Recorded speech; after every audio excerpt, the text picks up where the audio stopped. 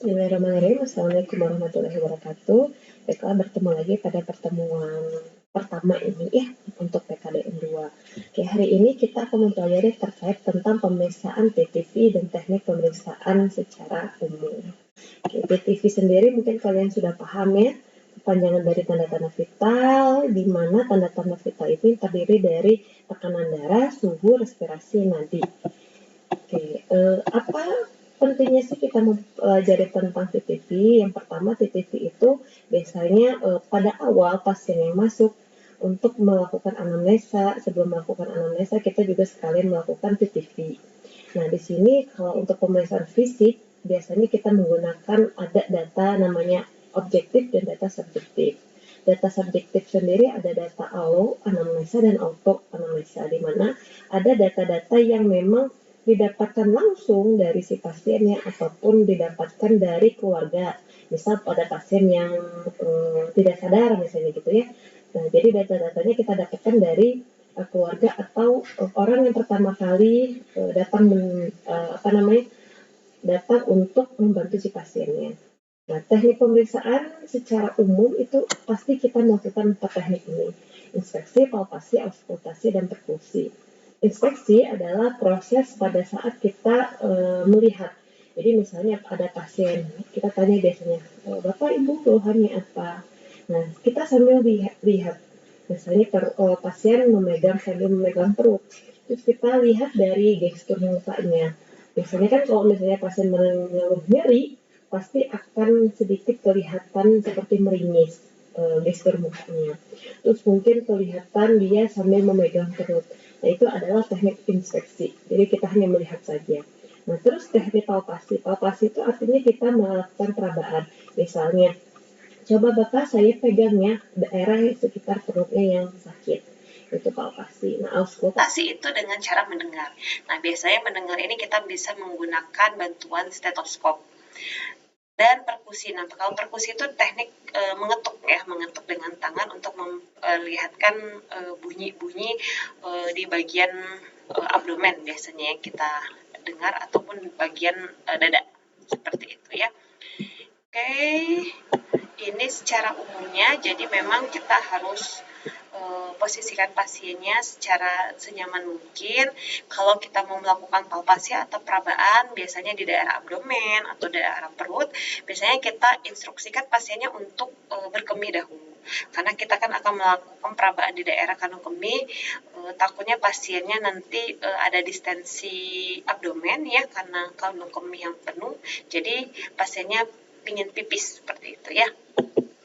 Nah, ini perkusi atau ketuk yang tadi ya, tekniknya sebenarnya boleh pakai satu tangan, pakai dua tangan, nanti akan terdengar atau apakah bunyi pekak dan lain sebagainya. Jadi biasanya ini kita untuk mendeteksi adanya rongga atau cairan di dalam perut.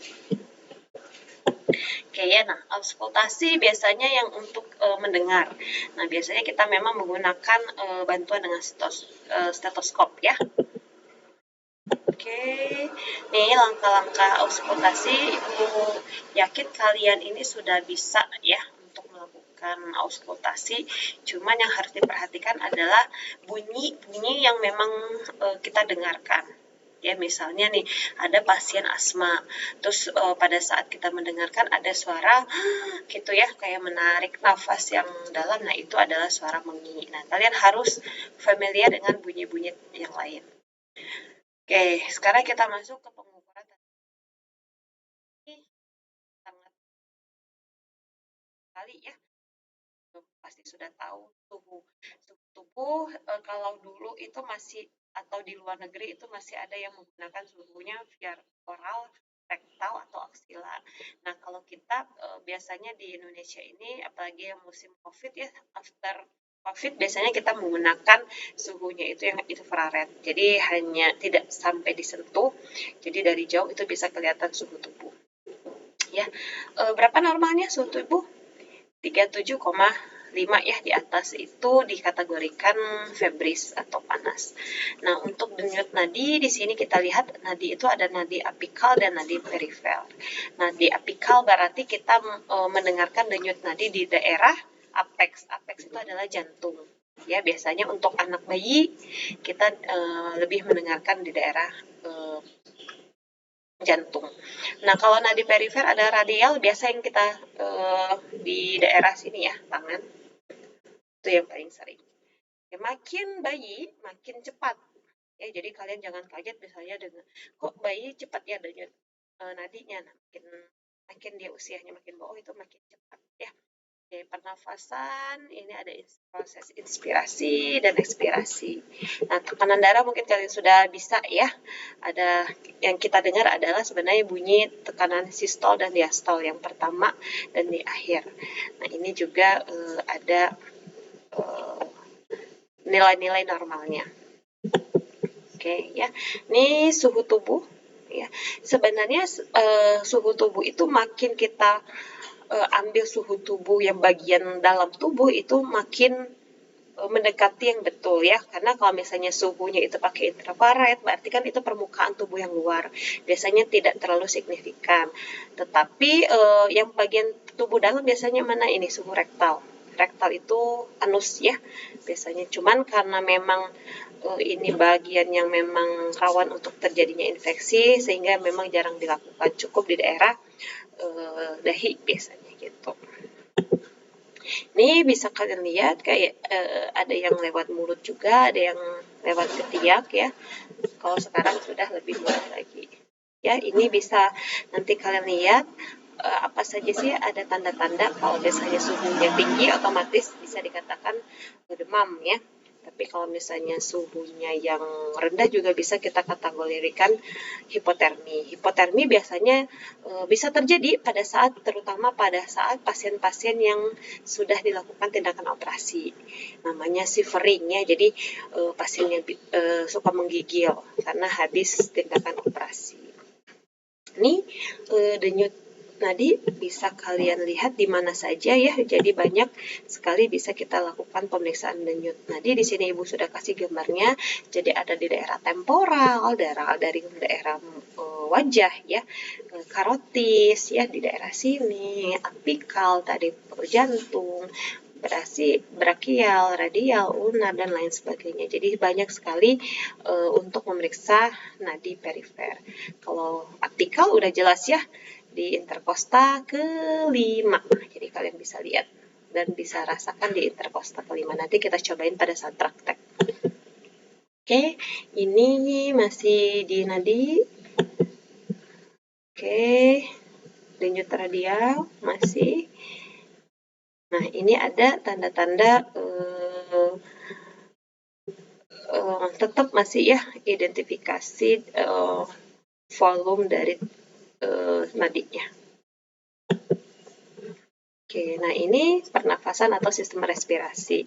Yang kita lihat adalah bagaimana caranya si pasien itu bernafas, baik itu menghirup nafas ataupun mengeluarkan pernafasan. Ya, di sini secara riset bisa dilihat kalau inspirasi itu 1 sampai 1,5 detik dan ekspirasi itu 2 sampai 3 detik. Ya. Nah, ini harus kita kaji kecepatannya. Kalau kalian habis lari terus kita kaji pernafasan, pastikan biasanya tidak beraturan atau istilahnya ngos-ngosan ya. Nah, jadi ini juga dipengaruhi oleh berbagai faktor. Ini bisa kita lihat kalau yang normalnya itu ya standar ya. Jadi iramanya stabil.